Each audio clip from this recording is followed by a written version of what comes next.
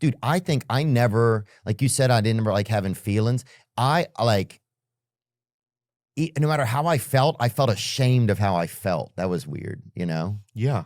Like it's a lot of times I wouldn't feel good. And I'm not getting into self-pity. I'm not saying this. I feel fine today. But sometimes I wouldn't feel good. And then I would feel ashamed for not feeling good. That's the part that I didn't understand sometimes. Because that made it so hard to like figure out the first part, you know?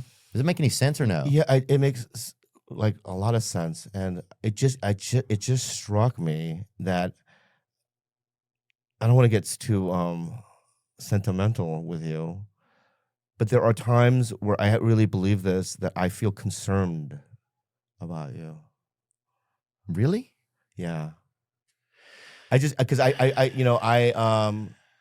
because I don't know really what's going on. You know, I feel like, there was a time where that we talked more and there was more communication.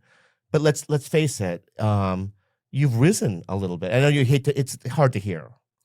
It's hard to hear. It's hard to hear that you've risen, but you have. Well, things Things are so good for you, right?